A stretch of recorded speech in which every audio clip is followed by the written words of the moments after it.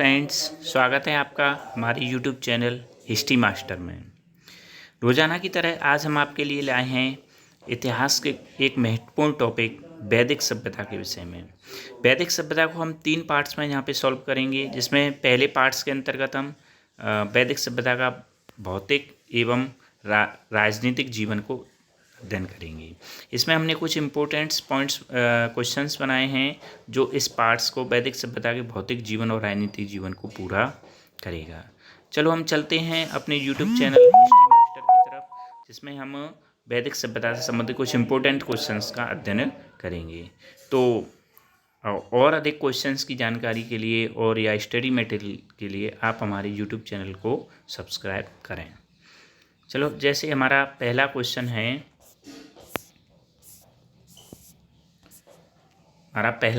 है, किस सभ्यता के निर्माता आर्य माने जाते हैं। तो देखिए, ये तो हमें पता ही है कि आर्य किस सभ्यता के निर्माता माने जाते हैं, क्योंकि आर्यों ने जो सभ्यता स्थापित की थी वो कौन सी थी? वैदिक सभ्यता। यानी वैदिक सभ्यता के निर्माता आर्य माने जाते हैं। अगला क्वेश्चन है हमारा, निम्न में से क्या वैदिक सभ्यता के भौतिक जीवन की विशेषता नहीं है। देखिए, वैदिक सभ्यता का जो भौतिक जीवन है उसकी क्या विशेषता नहीं है? तो यह ग्रामीण सभ्यता थी। सही है, ये ग्रामीण सभ्यता थी। यहाँ के लोग गाँव में घास फूस के मकानों में रहते थे। पशुपालन यहाँ मुख्य व्यवसाय था।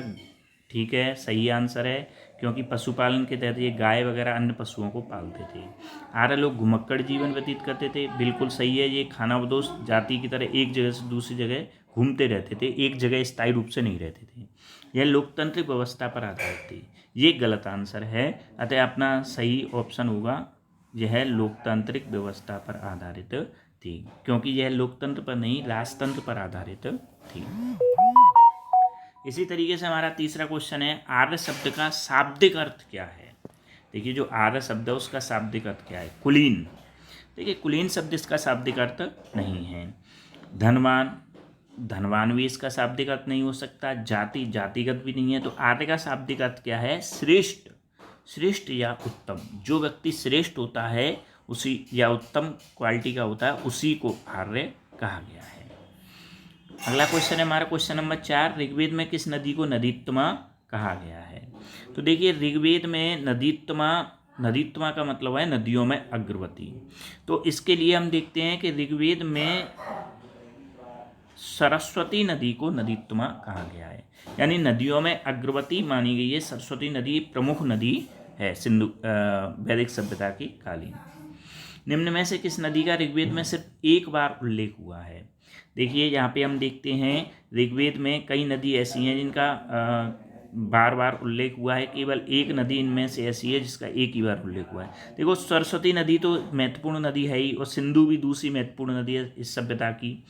सतलज नदी का भी प्रयोग काफ़ी बार हुआ है, लेकिन गंगा और सरयू ऐसी 2 नदियां हैं जिनका उल्लेख ऋग्वेद में सिर्फ एक बार ही हुआ है। मतलब अपना राइट आंसर है गंगा। इसी तरीके क्वेश्चन नंबर 6, ऋग्वैदिक काल में सिंधु और उसकी सहायक नदियों के क्षेत्र को क्या कहा जाता था। देखिए, सिंधु और उसकी सहायक नदियों के क्षेत्र को ऋग्वैदिक काल में सप्त सैंधव प्रदेश के नाम से जाना जाता था, क्योंकि सिंधु और उसकी 6 सहायक नदियां थीं। 6 सहायक नदियों में हम देखते हैं कि झेलम है, चिनाब है, रावी है, ब्यास है, सतलज है, सरस्वती है। प्राचीन सरस्वती नदी है। ये सभी सिंधु नदी की सहायक नदियां थीं। इसी तरीके से अगला क्वेश्चन नंबर 7, नदी सूक्त में उल्लिखित 21 नदियों में से सबसे पश्चिमी नदी कौन सी है। देखिए, नदी सूक्त में उल्लिखित 21 नदियां हैं, उनमें सबसे पश्चिमी नदी कौन सी है? देखो, गंगा, सतलज, गोमल और काबुल।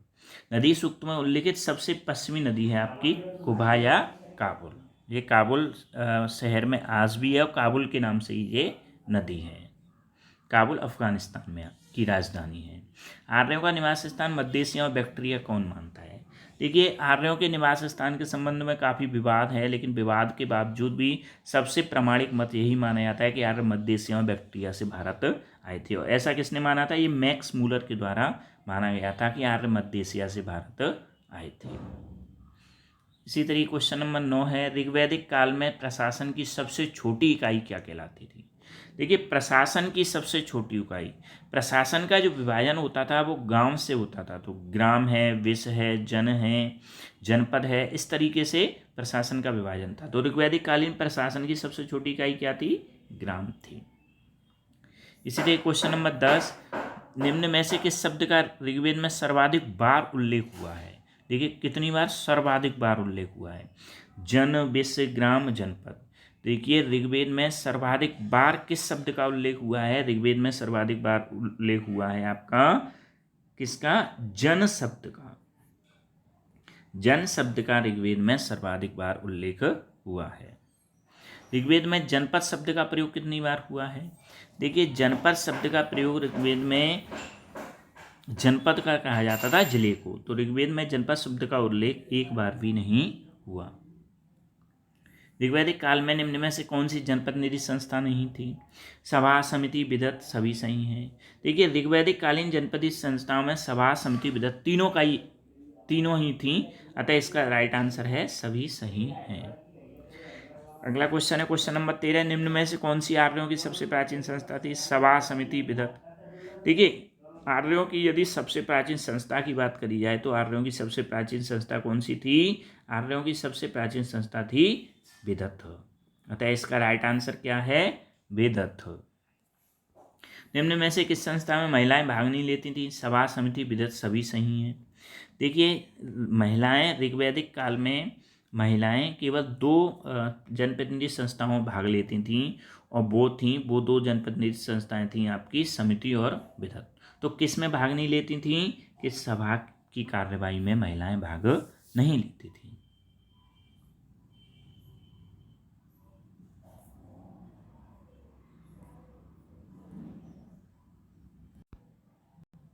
देखिए 14 क्वेश्चन है, निम्न में से किस संस्था में महिलाएं भाग नहीं लेती थी? तो ऋग्वैदिक काल में महिलाएं केवल 2 संस्थाओं में भाग लेती थीं, सभा में और विदत में। वो अभी गलती से भूल गया था, लेकिन इसका राइट आंसर है समिति, यानी समिति की कार्यवाही में महिलाएं भाग नहीं लेती थी। नेक्स्ट क्वेश्चन है क्वेश्चन नंबर 15, ऋग्वेद में कौन से मंडल में दशराग्य युद्ध का वर्णन है? प्रथम मंडल, छठी मंडल, 7वें मंडल, 8वें मंडल। देखिए ऋग्वेद में एक 10 राजाओं और भरत जन के राजा सुदास के मध्य एक युद्ध हुआ था। इसे दशराग्य युद्ध कहा जाता है। यह रावी नदी के तट पर हुआ था। अतः ये किस मंडल में मिलता है? इसका उल्लेख 7वें मंडल में। ऐसे ही क्वेश्चन नंबर 16 है, दशराज्य युद्ध किस नदी के तट पर लड़ा गया? यानी वही अभी हम दे देगा दशराग्य युद्ध। तो किस नदी के तट पर हुआ? परुष्णी या रावी नदी के तट पर हुआ था। भरत जन के किस राजा ने दसन्न जनों को दशराज्य युद्ध में हराया था? देखिए भरत जन के उस राजा का नाम क्या था जिसने दशराज्य युद्ध में 10 जनों के राजाओं को हराया था? तो उस राजा का नाम क्या था? सुदास। ऋग्वैदिक काल में स्पष्ट कौन होता था? दुर्गपति, पुलिसकर्मी, न्यायाधीश, गुप्तचर। देखिए ऋग्वैदिक काल में दुर्गपति तो दुर्ग का प्रबंधक होता था, पुलिसकर्मी होते ही थे, न्यायाधीश होते, लेकिन गुप्तचर जो स्पष्ट होता था उसको गुप्तचर को कहा जाता था। क्वेश्चन नंबर 19, ऋग्वैदिक काल में प्रश्न विनाक किसे कहा जाता था? देखिए प्रश्न विनाक राजा, दुर्गपति या गुप्तचर में से किसी को नहीं कहा जाता था। ऋग्वैदिक काल में प्रश्न विनाक कहा जाता था न्यायाधीश को। ऋग्वैदिक कालीन कौन सी संस्था राजा को नियुक्त व पदच्युत करने का अधिकार रखती थी? सभा, समिति और विदत। देखिए ऋग्वैदिक काल में एक संस्था होती थी जो राजा को नियुक्त भी करती थी और पदच्युत करने का अधिकार भी रखती थी, और वो संस्था कौन सी थी? समिति। इस तरीके से आज के ये 20 क्वेश्चन हमने सॉल्व किए। ये सभी परीक्षाओं के लिए आपके लिए समान रूप से इम्पोर्टेंट हैं। ये बहुत अच्छे से क्वेश्चन मतलब तरीके से डिज़ाइन किए गए हैं। ये क्वेश्चन आपकी चाहे कोई भी एग्ज़ाम हो, रीट का, पटवारी का या अन्य RPSC second grade, first grade, RAS, IAS तक और असिस्टेंट प्रोफेसर वगैरह सभी परीक्षाओं में समान रूप से उपयोगी हैं, और इनमें से काफ़ी क्वेश्चन आपकी परीक्षाओं में देखने को भी मिलेंगे। तो नमस्कार, तो धन्यवाद दोस्तों।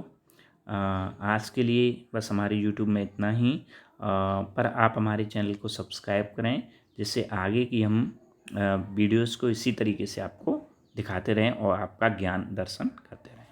धन्यवाद।